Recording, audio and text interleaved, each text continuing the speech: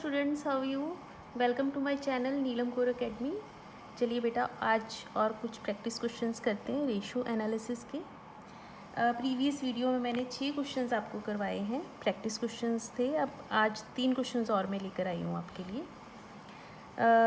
चलिए रीड करते हैं।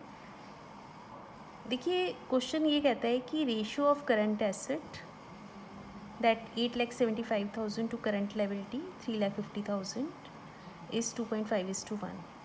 The firm wants to maintain current ratio of 2:1 by purchasing goods on credit. Compute amount of goods that should be purchased on credit. तो question ये कहता है कि current assets ये हैं, करंट लाइबिलिटीज़ ये हैं और रेशो है 2.5:1। लेकिन फर्म ये चाहती है कि करंट रेशो मेंटेन किया जाए 2:1। किस तरीके से मेंटेन किया जाए? अगर हम कुछ गुड्स को क्रेडिट पे परचेज़ कर लें तो आप ये कैलकुलेट करके बताइए कि कितनी गुड्स क्रेडिट पे परचेज़ करनी है, राइट। तो जैसे हमें पता है कि करंट रेशो का फॉर्मूला क्या होता है, current asset upon current liability, right.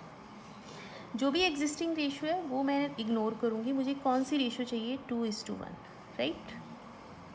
और करंट एसेट्स कितनी है आपके पास, 8,75,000 और करंट लायबिलिटीज़ कितनी है, 3,50,000। उसने क्या बोला है कि ये रेशो मेंटेन करनी है। कैसे करनी है?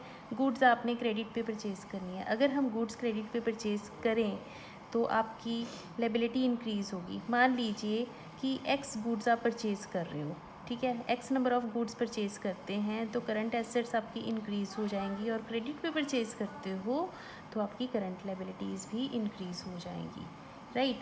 इस इक्वेशन को आप सॉल्व कर लीजिए, आपके पास एक्स आ जाएगा, right.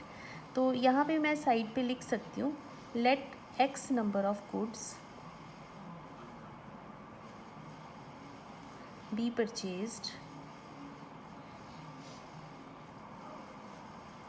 On credit, right. So two, अब जैसे हम प्रीवियस क्लासेस में ऑलरेडी हमें पता है कि इस इक्वेशन को कैसे सॉल्व करना है। इसको नॉर्मली हम लोग सॉल्व करके एक्स की वैल्यू को कैलकुलेट कर लेंगे, राइट। तो ये हो गया 7 lakh plus 2x equal to 8,75,000 plus X को लेफ्ट में शिफ्ट कर देते हैं, 2x माइनस एक्स, ये हो जाएगा 8,75,000 माइनस 7 लाख, राइट। तो x की वैल्यू क्या आ जाएगी, 1,75,000। इसका मतलब ये हुआ कि अगर आप 1,75,000 की गुड्स क्रेडिट पे परचेज़ करोगे तो आपकी ये रेशो मेंटेन हो जाएगी, राइट। आई होप आपको क्लियर है। चलिए एक क्वेश्चन और करते हैं, क्वेश्चन नंबर 8। यहाँ पे आपके पास करंट लायबिलिटीज़ हैं 15 लाख की, करंट रेशो है 3:1, लिक्विड रेशो है 1:1। Calculate value of inventory, right. तो हमें क्या ढूंढना है बेटा, वैल्यू ऑफ इन्वेंट्री ढूंढना है और करंट लायबिलिटीज़ गिवन है। तो अगर आपके पास करंट रेशो है 3:1 और लिक्विड रेशो है 1:1, तो हम करते हैं करंट रेशो को, अगर मैं ऐसे लिख लूँ 3/1, राइट। और वैसे क्या फॉर्मूला है, current asset upon current liability, right. और मेरे पास इस इक्वेशन में से करंट लायबिलिटी का इंफॉर्मेशन ऑलरेडी है 15 लाख। तो यहाँ से मैंने क्या कैलकुलेट कर लिया, करंट एसेट्स 45 लाख रुपीज़ की, राइट। तो करंट एसेट्स मैंने कैलकुलेट की 45 लाख। सिमिलरली लिक्विड रेशो या क्विक रेशो का फॉर्मूला है 1/1 और ये होता है quick asset upon current liability. तो यहाँ से फिर से मैंने क्विक एसेट्स को कैलकुलेट कर लेना है करंट लायबिलिटीज़ की वैल्यूज़ को पुट करके। तो क्विक एसेट्स मेरे पास आ जाती हैं 15 लाख रुपए की, राइट। और लेकिन मेरा मोटिव क्या है, मुझे क्या चाहिए, मुझे इन्वेंट्री चाहिए। एज़ यू नो कि आपको अगर इन्वेंट्री को फाइंड आउट करना है तो करंट एसेट्स में से क्विक एसेट्स को सब्ट्रैक्ट कर लीजिए बेटा, तो आपके पास इन्वेंट्री आ जाएगा। तो इन्वेंट्री आ गया मेरे पास 30 लाख का, राइट। ये है आपका क्वेश्चन नंबर 8। एक क्वेश्चन और देखिए बेटा, ये थोड़ा सा डिफरेंट क्वेश्चन है। आपके पास है वर्किंग कैपिटल 3,60,000 रुपीज़ की, टोटल डेट्स हैं 7,80,000, long term debts 6 lakh, inventories हैं 1,80,000। आपको क्या ढूंढना है? Liquid ratio. तो जो चीज़ आपको ढूंढनी है वो सबसे पहले लिख लेते हैं। लिक्विड रेशो या क्विक रेशो एक ही बात है, तो मैं इसको लिखूँगी quick asset upon current liability. अब मुझे ये देखना है कि मेरे पास मुझे दो चीज़ों की ज़रूरत है, क्विक एसेट्स और करंट लायबिलिटी। इन दोनों में से मेरे पास क्या है?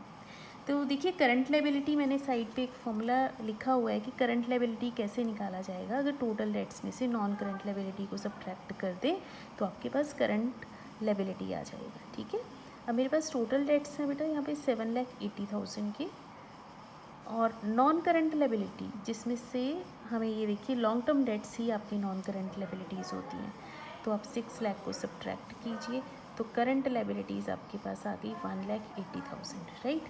और करंट एसेट्स कैसे ढूंढेंगे? वर्किंग कैपिटल, ये देखिए मैंने लिखा है current assets equal to working capital plus current liabilities, working capital plus current liability.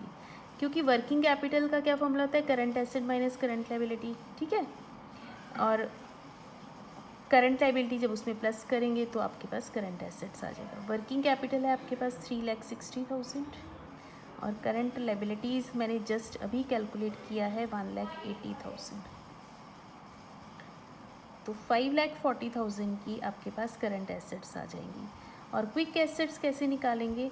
अगर मैं करंट एसेट्स में से इन्वेंट्रीज़ को सब्ट्रैक्ट कर दूँ तो मेरे पास क्विक एसेट्स आ जाएंगी। तो 5,40,000 में से आप इन्वेंट्रीज़ को सब्ट्रैक्ट कीजिए 1,80,000 रुपये, तो आपके पास 3,60,000 की क्विक एसेट्स आ जाएंगी, राइट। अब मेरे पास जो मुझे चाहिए वो मिल गया। ये हैं आपकी क्विक एसेट्स और ये हैं आपकी करंट लायबिलिटीज़। वैल्यू डालकर हम लोग क्विक रेशो को ढूंढ सकते हैं। 3,60,000 डिवाइडेड बाय 1,80,000, तो 2:1 will be your current ratio, quick ratio. So I hope आपको तीनों क्वेश्चंस क्लियर हैं। अगर आपको मेरी वीडियो अच्छी लगती है आप प्लीज़ इसको लाइक कीजिए, सब्सक्राइब कीजिए और अपने फ्रेंड्स के साथ भी शेयर कीजिए ताकि उनको भी इसका बेनिफिट हो। Thank you so much, bye bye.